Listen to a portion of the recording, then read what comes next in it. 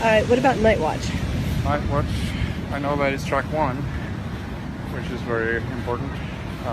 What do you know about it? Obviously... My favorite part is the... Yeah. That's Elliot Lee doing his magic on the modular synth. And it's a track that we sort of set the tone for the album because it sort of sets aside the melody a little bit and sort of demands that the groove should be in the front seat. So we were sort of just toying around with different melodies to see how much melodic content we could afford. But still by keeping it like dance. Yeah, not dance, but just kind of a little clubby or hypnotic. So it's a cool way to do things where there are a lot of time things are very prepared when we start a song, but this one is a little looser in the process. And yeah, so What you about like this song. I sing love harmony. I this sing harmony with Frode on the verses. I sing harmony with you on the choruses. I'm not going to say which I prefer, but you know, it's there. I think A Month of Sundays is like, that's one of the songs that really tells what this album is about. It's people should listen to it and see if they like it, because if they like it, then they'll like the rest of the album. I should check that out. I should check it out. All right, cool. Yeah, Pål's part, which is strange because that one is very, very old.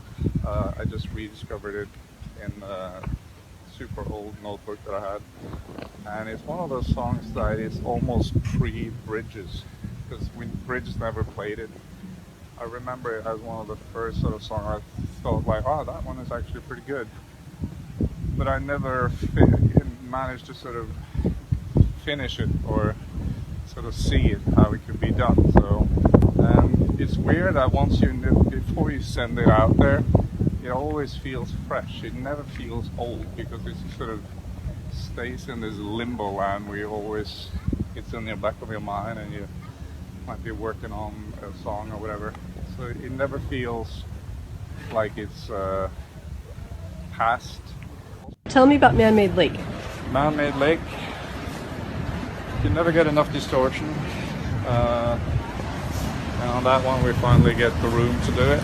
It's sort of written around that distorted riff with the usual sort of spacey lyric, which I love when we get into that territory. And yeah, just almost like a live take in a way. What can you say about it?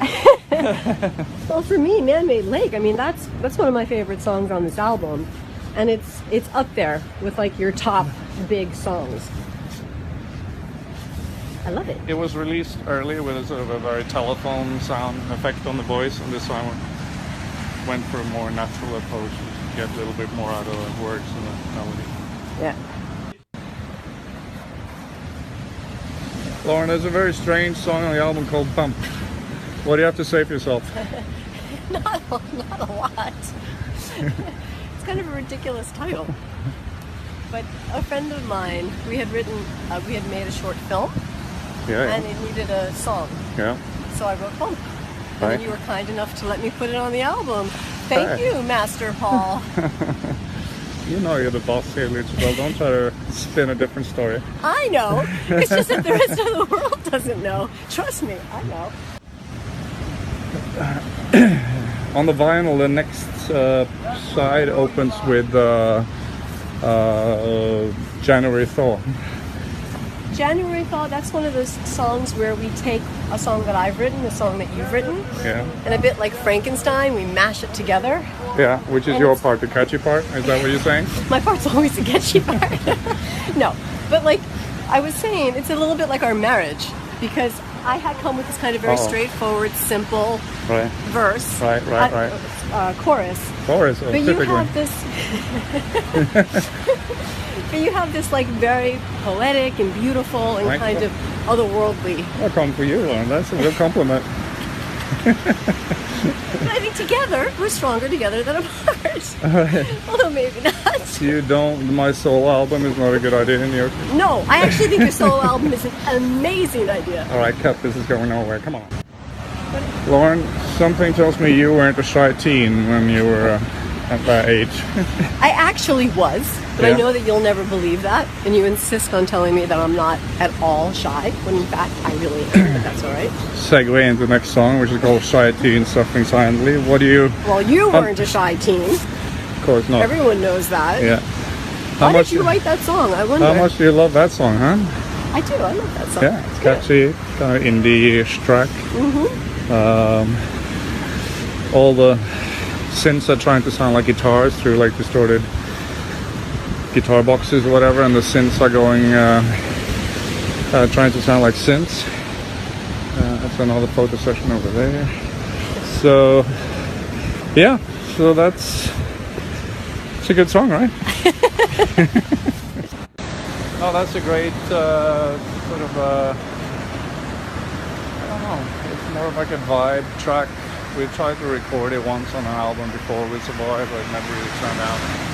But now I kind of feel like we got it sort of hooked on a sort of underwater vibe, almost sort of spacey, and really trying to get a big soundscape with very few instruments. So, yeah. Once again, as on all songs on this album, just trying to find combination on our voices to get together, make it into one decent sounding vocal. Yeah, Sunlit Byways. That's one of my favorite songs on the album. Very poppy. Very poppy, and it's also because on every album you ever write, there's always a song that has to do with weather, the elements, and there you have it, sunlit. And I love it. It's like this. Weather. It puts me in a good mood when I listen to that song. Yeah. I listen to it in the morning when I'm drinking coffee. We're using a sort of old microphone that used to be in old telephones on this song, so it sounds like it's recorded in 100 years ago.